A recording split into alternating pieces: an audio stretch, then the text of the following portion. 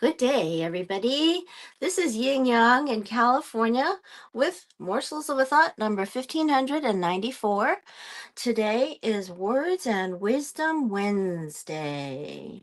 I like to try to give you quotes or pieces of wisdom from other people, and this is the good day that I get to choose something that isn't in a book, that isn't a chronology, and I am going to read to you from the Book of Virtues by William J. Bennett on perseverance today. And the story he has for us is Hans Christian Andersen's The Steadfast Tin Soldier. This is not a happily ever after story, but a tale with a bittersweet ending, and therein lies its magic and charm. It teaches us that we prevail by enduring till until the very end, whatever that end may be. We do not know what to expect from fortune, we only know what to expect of ourselves. This is a favorite story of the Bennett family. William J. Bennett loves this story. There were once 5 and 20 tin soldiers. They were brothers, for they had all been made out of the same old tin spoon. They all shouldered their bayonets, held themselves upright, and looked straight before them. Their uniforms were very smart looking, red and blue, and very splendid. The first thing they heard in the world when the lid was taken off the box in which they lay was the words, "Tin soldiers!" These words were spoken by a little boy who clapped his hands for joy. The soldiers had been given him because it was his birthday, and now he was putting them out upon the table. Each was exactly like the rest to a hair, except one who had but one leg. He had been cast last of all, and there had not been quite enough tin to finish him. But he stood as firmly upon his one leg as the others upon their two, and it was he whose fortunes became so remarkable. On the table where the tin soldiers had been set up were several other toys, but the one that attracted the most attention was a pretty little paper castle. Through its tiny windows, one could see straight into the hall.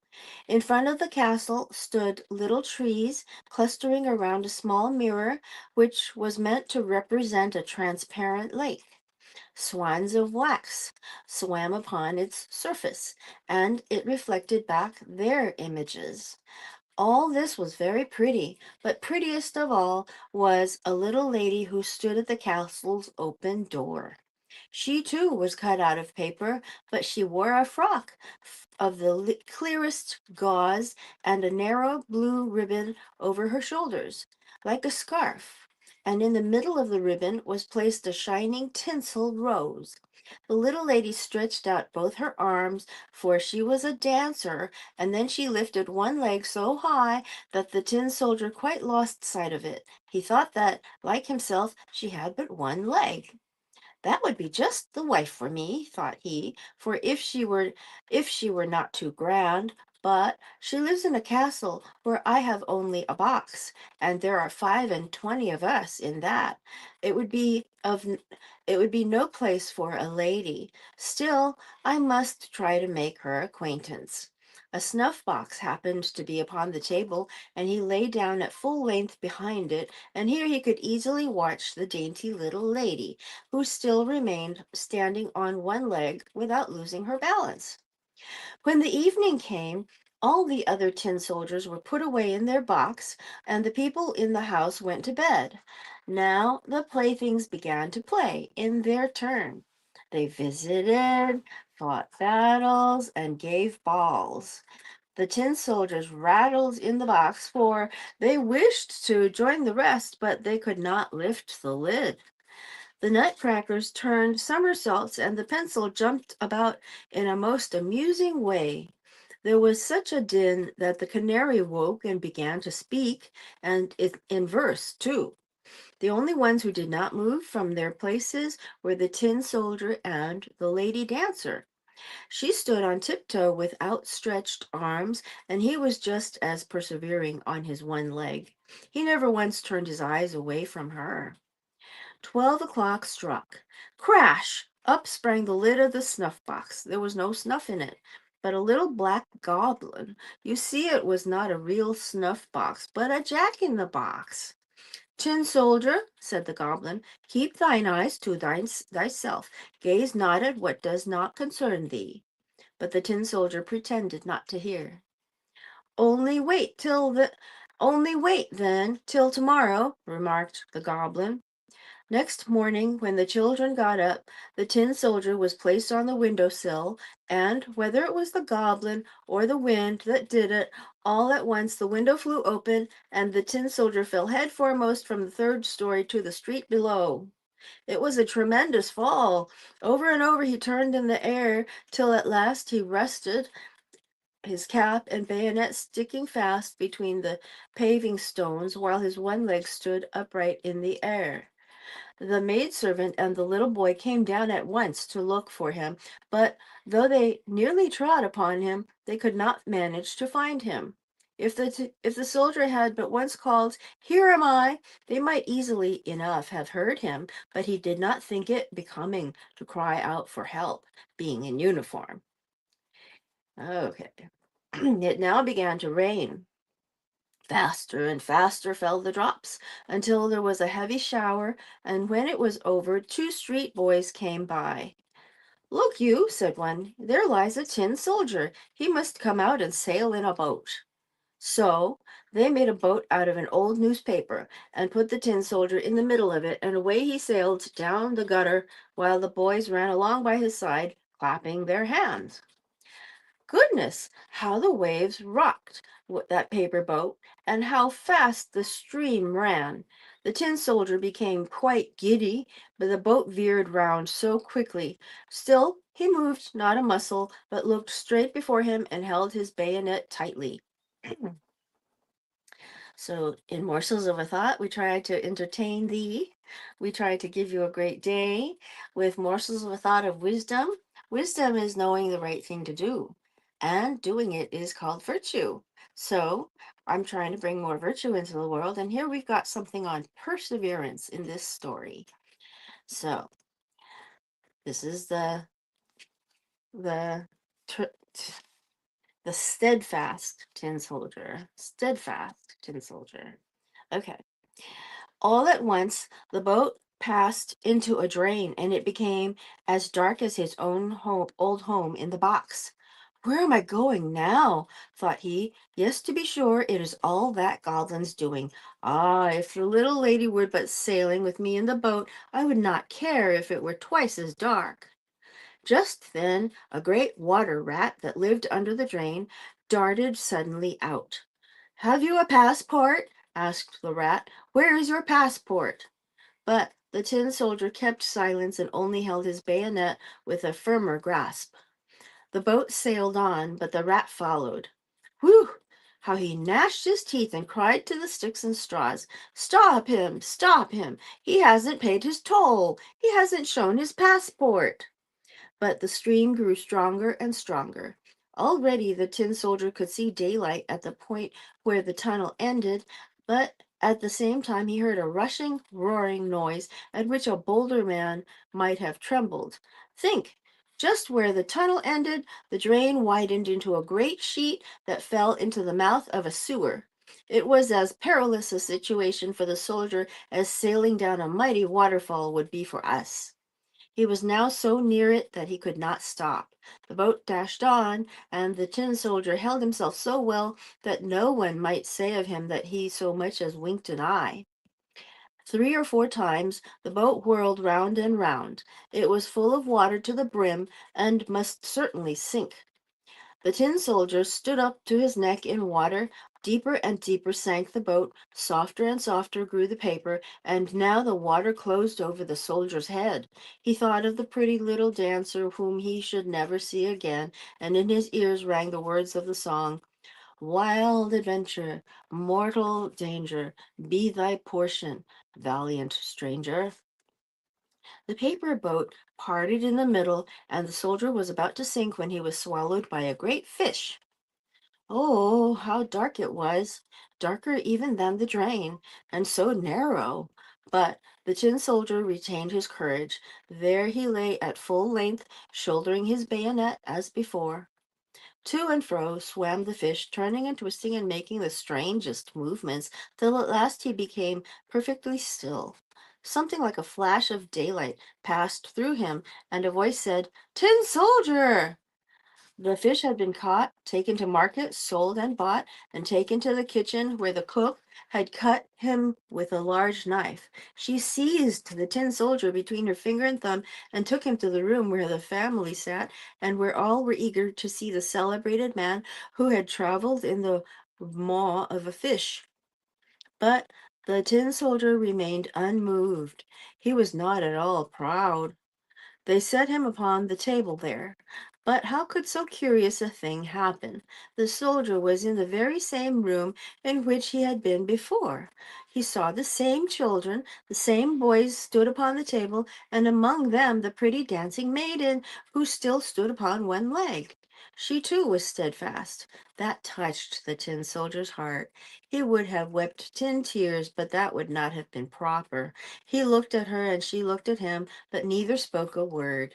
And now one of the little boys took the tin soldier and threw him into the stove. He gave no reason for doing so, but no doubt the goblin in the snuff box had something to do with it. The tin soldier stood now in a blaze of red light. The heat he felt was terrible, but whether it proceeded from the fire or from the love in his heart, he did not know. He saw that the colors were quite gone from his uniform, but whether that had happened on the journey or had been caused by grief, no one could say. He looked at the little lady, she looked at him, and he felt himself melting. Still, he stood as firm as ever, with his bayonet on his shoulder. Then suddenly the door flew open, the wind caught the dancer, and she flew straight into the stove to the tin soldier, flashed up in a flame, and was gone. The tin soldier melted into a lump, and in the ashes the maid found him the next day in the shape of a little tin heart, while of the dancer nothing remained save the tinsel rose, and that was burned as black as coal. Interesting. They have a little drawing of him here. That's his tin soldier. That's somebody's depiction of it. And that is our perseverance. And we have next up is, where did I put the bookmark? Oh, yeah. Did I not put the bookmark in the right place? We have, oh, I did. Okay. Yes. All right. This next part is by Winston Churchill. He says, "We shall fight in the fields and in the streets." Winston Churchill says. In May 1940, German forces skirted the Maginot Line, broke through the French defensive positions, and in a matter of days swept westward to the British Channel. The British expedition the British Expeditionary Force in France, threatened with annihilation, fell back to the beaches of Dunkirk, where an epic evacuation of more than 300,000 British and French troops was staged. With the protection of the Royal Air Force, all kinds of British boats, some manned by civilian volunteers, crossed and recrossed the Channel to ferry the shattered army to England. Now, this is actually something that Winston Churchill wrote, which I suppose is true. So, on June 4th, Winston Churchill reported to Parliament on the success of the evacuation. His description of the heroic effort and his call for courage, unity, determination, and sacrifice buoyed the spirits of the British people. It also helped bolster resolution in the New World.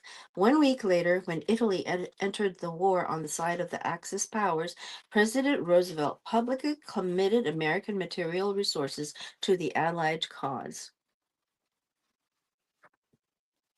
Winston Churchill says. From the moment that the French defenses at Sedan and on the Meuse were broken at the end of the second week of May, only a rapid retreat to Amiens and the south could have saved the British and French armies who had entered Belgium at the appeal of the Belgian king. But this strategic fact was not immediately realized. The German eruption swept like a sharp scythe around the right and rear of the armies of the north. 8 or 9 armored divisions, each about 400 armored vehicles of different kinds, but carefully assorted to be complementary and divisible into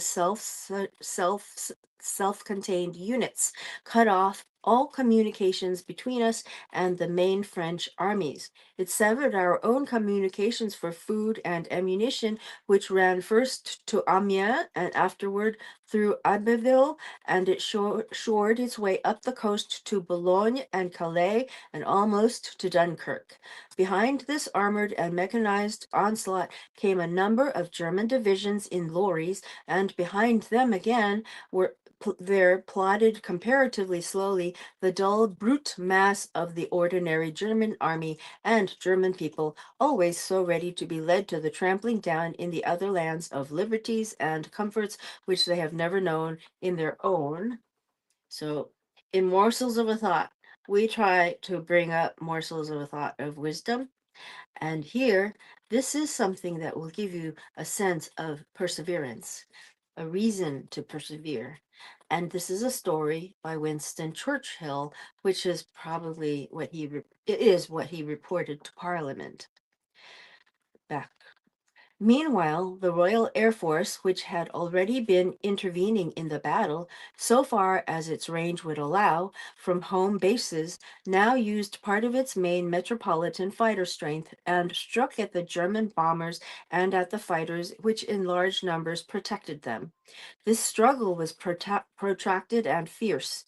Suddenly the scene was cleared. The crash and thunder has for the moment, but only for the moment, died away. A miracle of deliverance achieved by valor, by perseverance, by perfect discipline, by faultless service, by resource, by skill, by unconquerable fidelity is manifest to us all. The enemy was hurled back by the retreating British and French troops. He was so roughly handled that he did not hurry their departure seriously. The Royal Air Force engaged the main strength of the German Air Force and inflicted upon them losses of at least 4 to 1, and the Navy, using nearly 1,000 ships of all kinds, carried over 335,000 men, French and British, out of the jaws of death and shame to their native land and to the tasks which lie immediately ahead. We must be very careful not to assign to this deliverance the attributes of a victory. Wars are not won by evacuations, but there was a victory inside this deliverance which should be noted. This was a great trial of strength between the British and German air forces. Can you conceive a greater objective for the Germans in the air than to make evacuation from these beaches impossible and to sink all these ships, which were displayed almost to the extent of thousands? Could there have been an objective of greater military importance and significance for the whole purpose of the war than this? They tried hard and they were beaten back. They were frustrated in their task. We got the army away, and they have paid fourfold for any losses which they have inflicted. Very large formations of German airplanes, and we know that they are a very brave race, have turned on several occasions from the attack of 1/4 of their number of the Royal Air Force and have dispersed in different directions. I will pay my tribute to these young airmen. The great French army was very largely, for the time being, cast back and disturbed by the onrush of a few thousands of armored vehicles. May it not also be that the cause of civilization itself will be defended by the skill and devotion of a few thousand airmen? There have never been, I suppose, in all the world, in all the history of war, such an opportunity for youth. The Knights of the Round Table, the Crusaders, all fall back into the past, not only distant but prosaic. These young men going forth every morn to guard their native land and all that we stand for, holding in their hands these instruments of colossal and shattering power, of whom it may be said that every morn brought forth a noble chance, and every chance brought forth a noble night. A-N-I-G-H-T. Deserve our gratitude as do all of the brave men who in so many ways and on so many occasions are ready and continue ready to give life and all for their native land. I have myself, this is Winston Churchill, I have myself full confidence that if all do their duty, if nothing is neglected, and if the best arrangements are made, as they are being made, we shall prove ourselves once again able to defend our island home, to ride out the storm of war, and to outlive the menace of tyranny, if necessary, for years, if necessary, alone. At any rate, that is what we are going to try to do. That is the resolve of His Majesty's government, every man of them. That is the will of Parliament and the nation. The British Empire and the French Republic, linked together in their cause and in their need, will defend to the death their native soil, aiding each other like good comrades to the utmost of their strength. Even though large tracts of Europe and many old and famous states have fallen or may fall into the grip of the Gestapo and all the odious apparatus of Nazi rule, we shall not flag or fail. We shall go on to the end. We shall fight in France. We shall fight on the seas and oceans. We shall fight with growing confidence and growing strength in the air. We shall defend our island, whatever the cost may be. We shall fight on the beaches. We shall fight on the landing grounds. We shall fight in the fields and in the streets. We shall fight in the hills. We shall never surrender. And even if, which I do not for a moment believe, this island or a large part of it were subjugated and starving, then our empire beyond the seas, armed and guarded by the British fleet, would carry on the struggle until, in God's good time, the new world, with all its power and might, steps forth to the rescue and the liberation of the old. So, this is an example of what has happened in the past to give us a sense of fighting to the end. Fighting to the end.